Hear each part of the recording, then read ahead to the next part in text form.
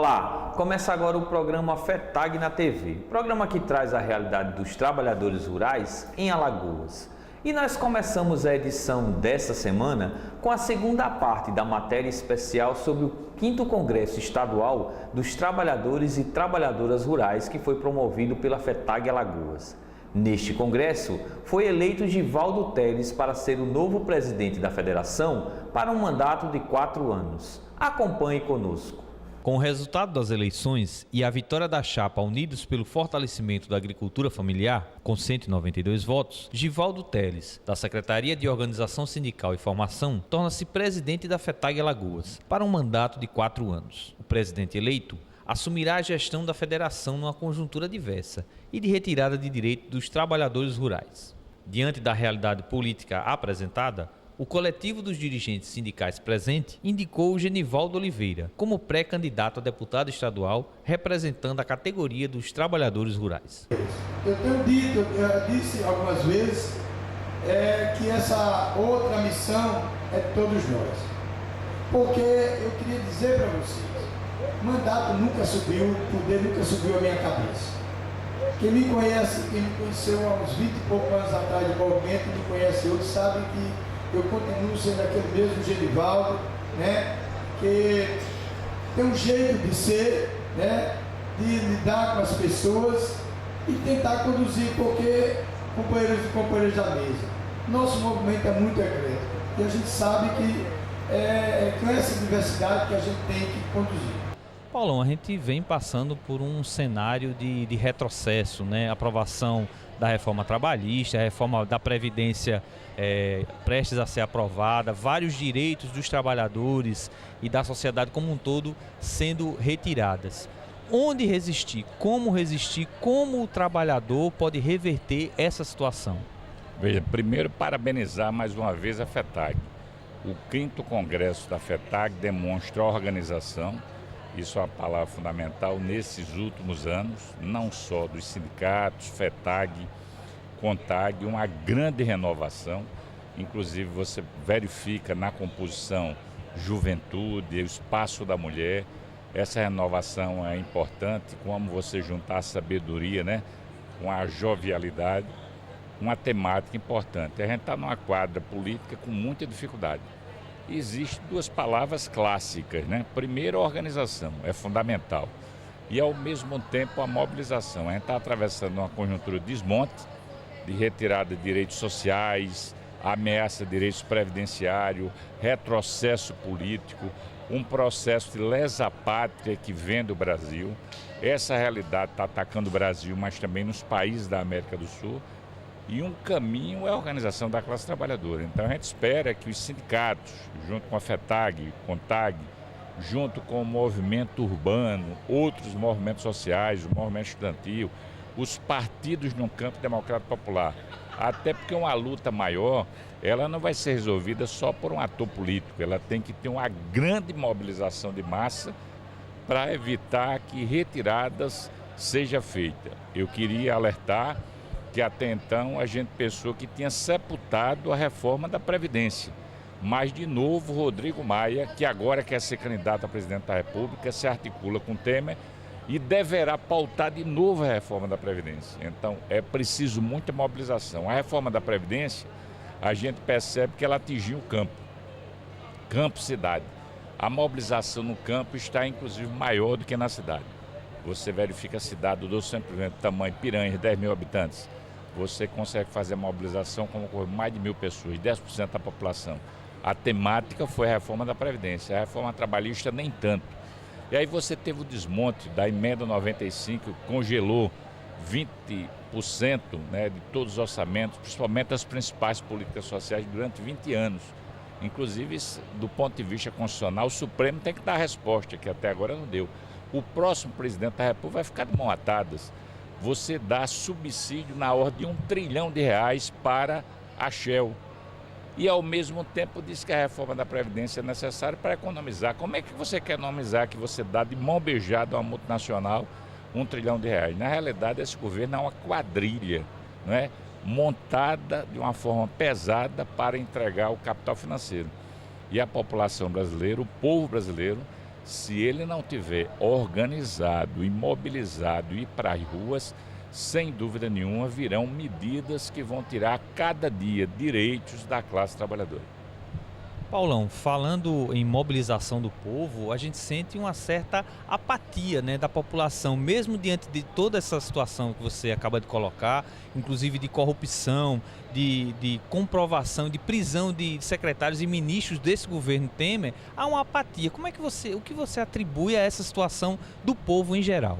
Veja bem, a gente está vivendo um processo também a nível internacional. A sociedade, ela vive, na minha visão, a onda sinodal, ciclo, né? A gente já teve períodos de grandes mobilizações, de repente tem refluxo. É verdade que a gente está tendo uma apatia, mas não tem outra saída. Se a população ficar somente reclamando, sem ter uma visão proativa, ou seja, mobilizando, ir para a rua, questionando, cobrando da classe política. A classe política ela tem medo de mobilização, pode ter certeza. Quando o povo vai para a rua em quantidade, a começar dos seus municípios, eu sempre digo, é importante a mobilização em Brasília, mas o deputado, o voto dele é aqui em Alagoas. Então é importante a gente fazer o movimento em cada bairro, em cada município, em cada feira. À medida que a gente colocar de uma forma explícita, clara, sem tergiversação, a cara do deputado com o nome dele de traidor, isso pesa. Na hora que a gente começa a questionar ele de uma forma pública, cobrando a posição dele, isso faz com que ele não vote. É por isso que a reforma da Previdência, ela teve o quê? Um avanço que eles recuaram. Se eles perceberem que a própria sociedade ela já começa a se conformar e fica nesse marasmo, sem dúvida nenhuma eles vão votar. Então, repito, o segredo, mesmo sendo duro, difícil, com muito descrédito, mas a luta da classe trabalhadora de uma forma milenar sempre foi quando ela está organizada e mobilizada. É que a gente tem grandes avanços. Você veja, nós tivemos uma ditadura de 64 a 85. Foi necessário toda uma caminhada pela mobilização das diretas, quando o Brasil parou, que a gente avançou na democracia. E isso teve consequência positiva na nossa Constituição de 88, que é considerada uma das mais avançadas do mundo, relativo a direitos sociais e trabalhistas. Se hoje tivesse uma reforma da nossa Constituição, possivelmente seria de retrocesso. Eu estou aqui o companheiro Genivaldo, que sempre a gente tem uma relação do ponto de vista da comunicação nas redes sociais, ele colocava uma realidade de uma pesquisa de opinião que se tivesse pena de morte, o povo brasileiro é favorável. Então isso é contra uma visão humanista, diferente do período de 88, que a gente estava num processo de avanço, direitos humanos, defendendo os mais pobres, a classe trabalhadora, os povos originários, os povos indígenas, quilombolas, a luta agrária. Hoje a gente está tendo muito retrocesso, mas eu acredito, como diz Lula, na força da classe trabalhadora, na mobilização popular, para que a gente evite o desmonte. Só a organização, só a mobilização popular faz com que a gente mantenha os nossos direitos e possamos avançar cada vez mais para ter uma qualidade de vida aqui e no mundo.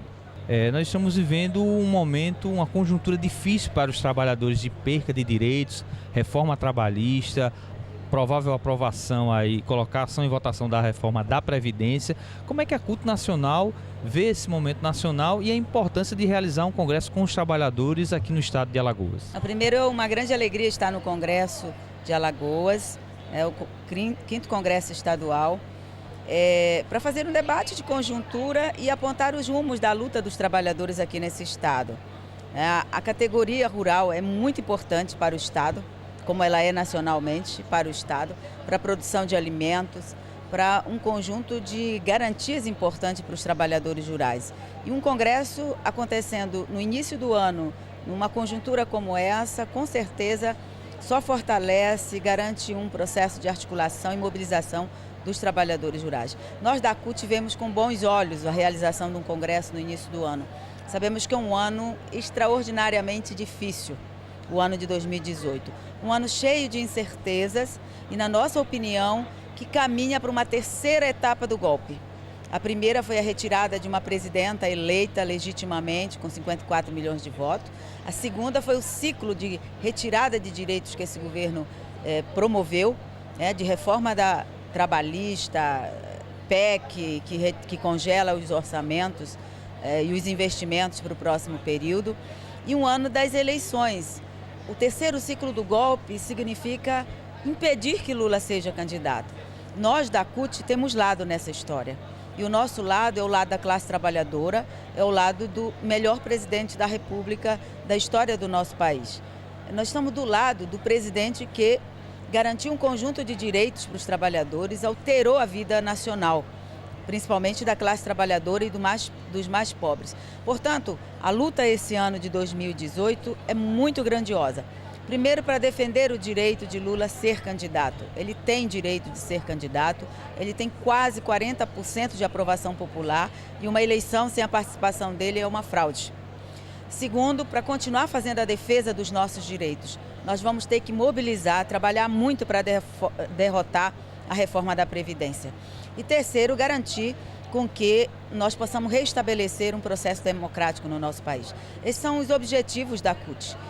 Obviamente que dentro do debate de restabelecer um processo democrático, é muito importante também as candidaturas que o movimento sindical vai lançar no próximo período. Nós queremos mais companheiros comprometidos com a nossa pauta, com a agenda da classe trabalhadora. Então o Congresso acontece num momento importante da conjuntura e terá com certeza uma agenda de trabalho nesse Estado, uma agenda de luta, uma agenda de mobilização para barrar quem tenta retirar os direitos da classe trabalhadora.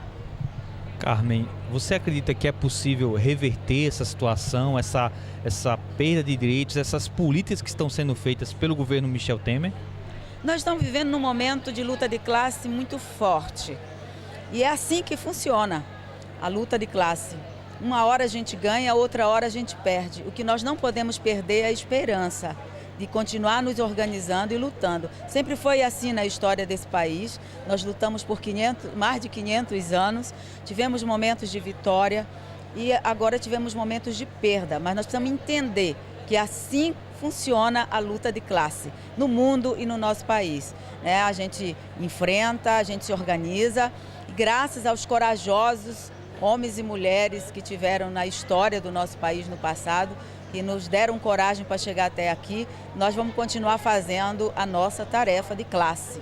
Enfrentar, lutar, não desesperançar, animar o povo, porque a saída é por aí. É povo organizado, é povo mobilizado, é questionar, é pressionar e é participar de um processo democrático no próximo período, que são as eleições, que eu espero que aconteça, porque é um momento de muita incerteza, até isso pode não acontecer. Poderá até ter um golpe, quando perceberem que nada barrará o Lula de ser candidato, eles poderão arquitetar um novo golpe.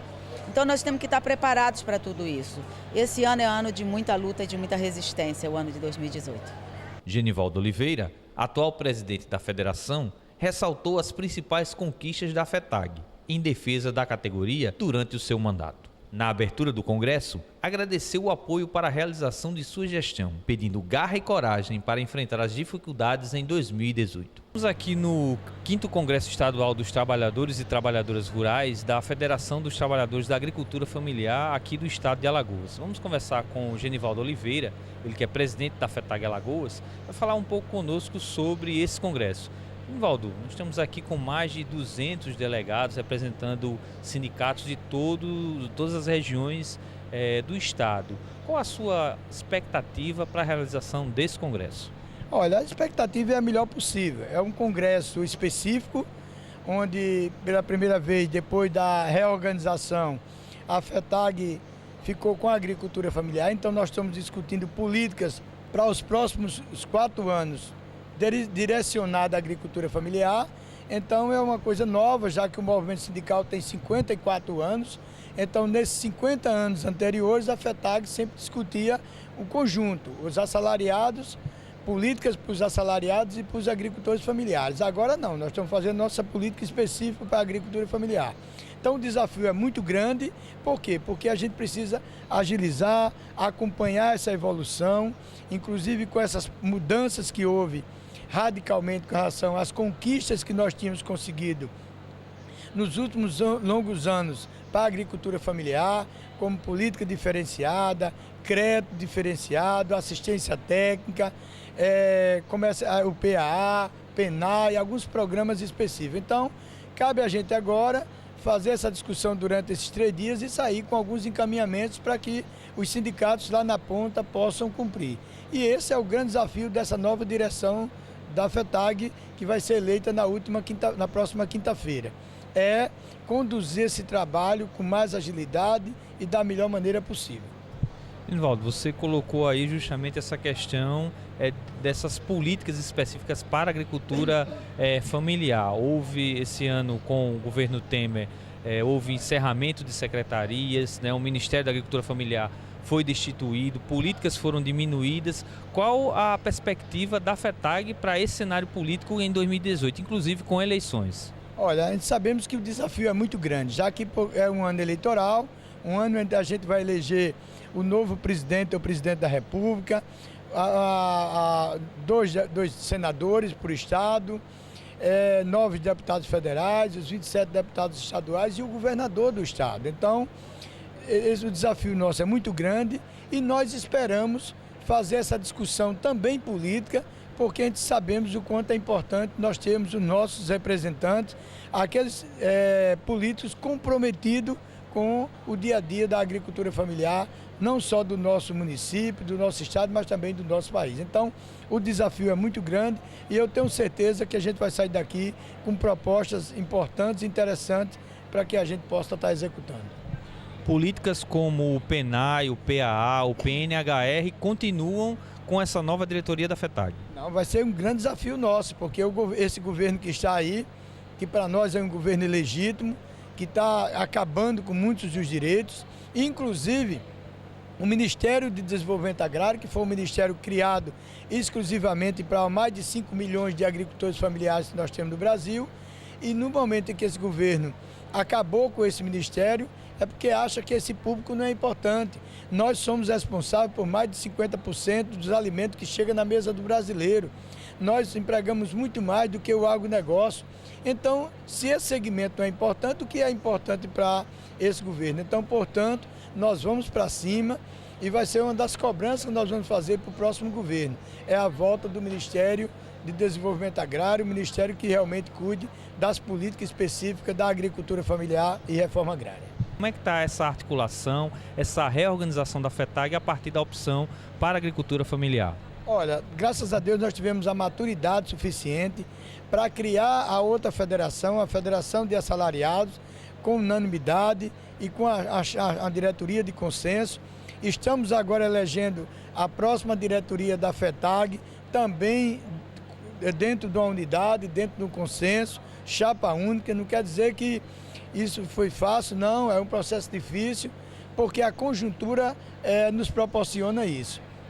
Diante dessa conjuntura é preciso que a gente tenha a maturidade para saber que não podemos estar dividindo. A gente temos que estar somando, temos que estar juntos com outros movimentos sociais, com outros sindicatos urbanos, outras federações, para que assim a gente não faça com que os nossos direitos que nós conquistamos com duras penas, eles sejam mantidos. Genivaldo, que sentimento você espera que o pessoal, os delegados, os sindicalistas que estão participando desse congresso, eles possam levar para suas bases, para os seus sindicatos? Olha, nós estamos construindo um projeto que foi discutido primeiro na base. As propostas que estão vindo para cá foram propostas discutidas nos sindicatos, nas assembleias, e que a gente só está aqui referendando elas e fazendo com que essas propostas possam ser concretizadas. A gente tem os sonhos e esperamos que esses sonhos se tornem uma realidade.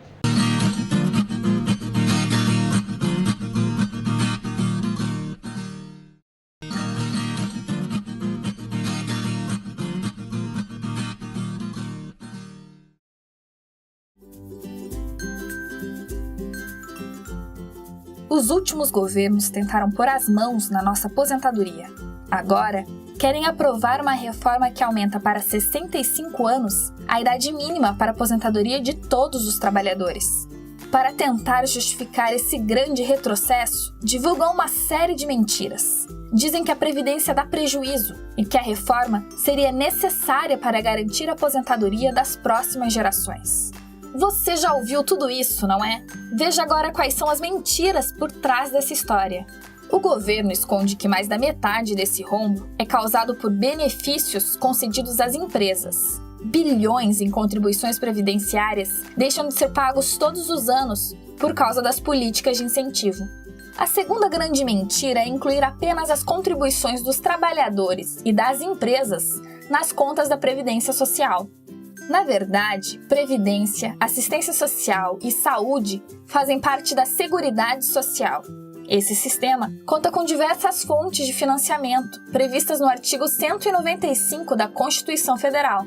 Além das contribuições de trabalhadores e empresários, o governo também é responsável por repassar as contribuições sociais.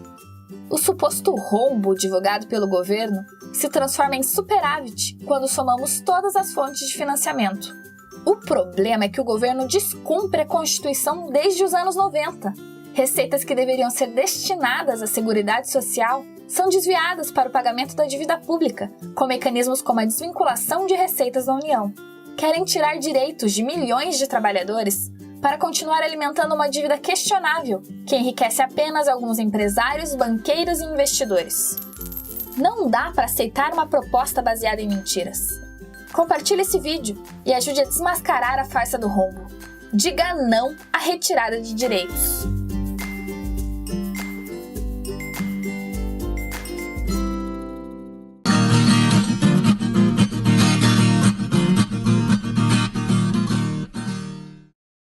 Confira agora uma matéria especial da série Caminhos da Reportagem sobre o uso indiscriminado de agrotóxicos no Brasil e os perigos para o agricultor familiar.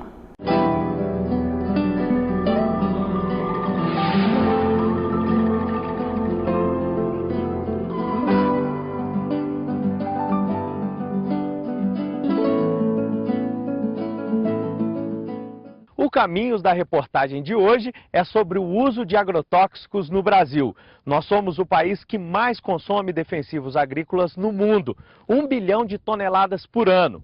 Vamos mostrar as consequências do uso indiscriminado de agrotóxicos e os riscos que esses produtos trazem para a saúde. Eles aumentam a produção, mas têm provocado doenças e mortes. E o meio ambiente também sofre com os defensivos. Em algumas regiões produtoras, até a chuva é tóxica. No programa de hoje, você também vai ver as alternativas sustentáveis, como a produção de alimentos orgânicos e a fabricação nacional de um agrotóxico biológico.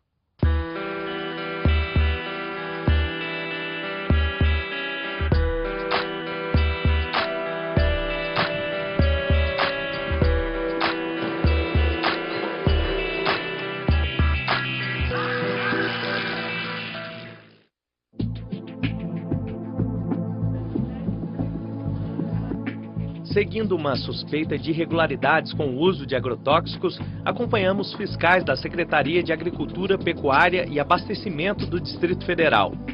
Chegamos até esta propriedade a 40 quilômetros de Brasília. A chefe da equipe Lara vai na frente. O dono do lugar não está e não foi preciso procurar muito. O perigo estava bem perto. Olha só a situação que a equipe de fiscalização encontrou aqui. Esse tipo de agrotóxico é o mais perigoso que tem por causa dessa faixa vermelha, né? E é uma embalagem que está vazia, só que não dá para saber se foi lavada ou não, pode haver algum resíduo. E olha a forma que ela foi descartada. Jogada aqui, pode vazar e contaminar algum manancial que esteja aqui próximo.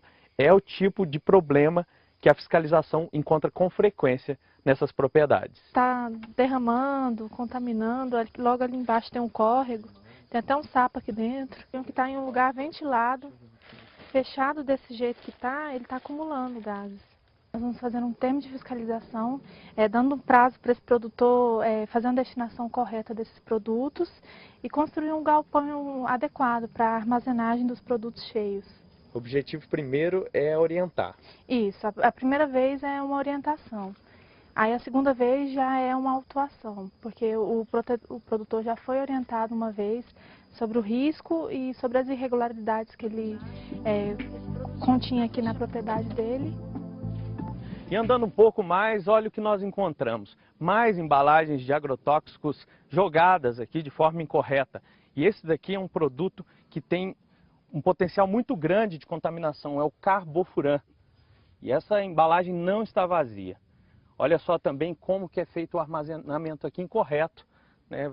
embalagens misturadas com outros produtos. Aqui também uma bomba de pulverização que deveria estar em outro lugar seguro. E o pior, tudo isso daqui está bem ao lado de um canteiro que parece estar preparado para o plantio de hortaliças, como em todo o resto da propriedade. E o interessante é que esse produto não tem registro para aplicação em área foliar, é somente para tratamento de semente. E como ele está aqui ao lado da bomba, há possibilidade deles terem aplicado esse produto. E se caso houver tido essa aplicação, o risco de contaminação ambiental é muito alto e o dano ambiental é muito alto. Os 3 hectares de alface podem alimentar uma média de 600 mil pessoas, a população de uma cidade do tamanho de Uberlândia, no interior de Minas Gerais. Os fiscais encontraram o dono da lavoura colhendo o alface. Vem relembrar, trazer essa notificação aí para você, te dar um prazo e daqui 30 dias a gente volta para ver se você iniciou aí teu depósito, tá? Relembrando aí que esse depósito tem que ter uma plaquinha, cuidado, veneno, tá? Se você não der início, aí você já vai entrar naquela situação de não vai ser mais um termo, vai ser uma multa. Edivan foi notificado, vai ter 60 dias para se adequar, construir um espaço apropriado para guardar os produtos. Se não cumprir as determinações do prazo, pode ser multado em até R$19 mil. Já tinha conhecimento disso? Já. Por que o senhor não se adequou?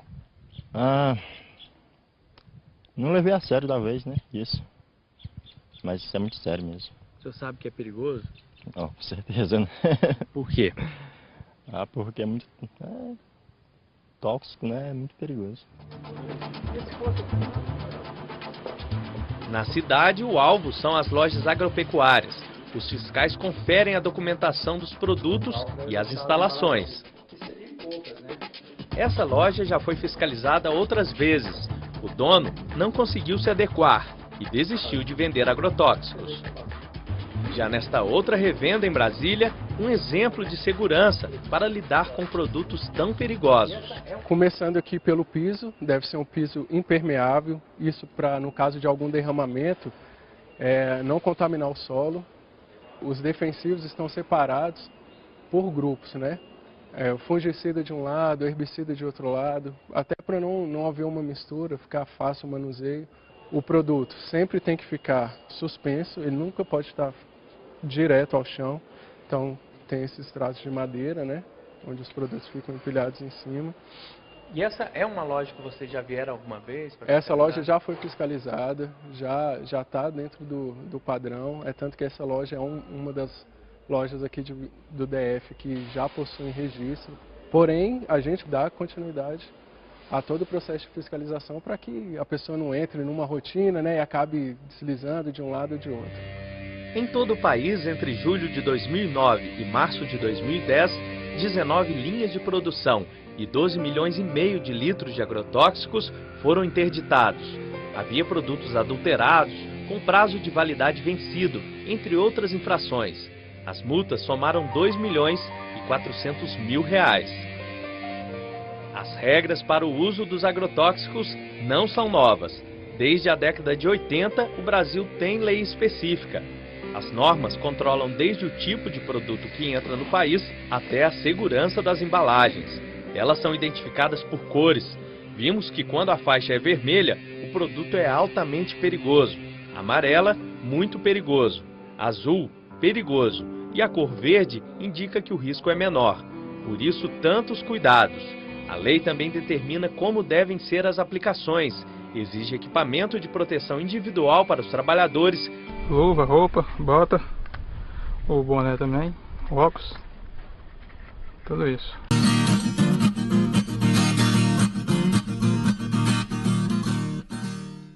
E o programa FETAG na TV dessa semana vai ficando por aqui. Para continuar acompanhando nosso conteúdo na internet, você pode acessar através do site tvcommaceo.tv.br. Estamos também no YouTube, através do youtube.com/tvcommaceo. No Facebook, FETAG na TV. Para sugestões de pautas ou críticas, você pode mandar um e-mail para o fetag.alnatv@gmail.com. Tenham todos uma ótima semana e até o próximo programa.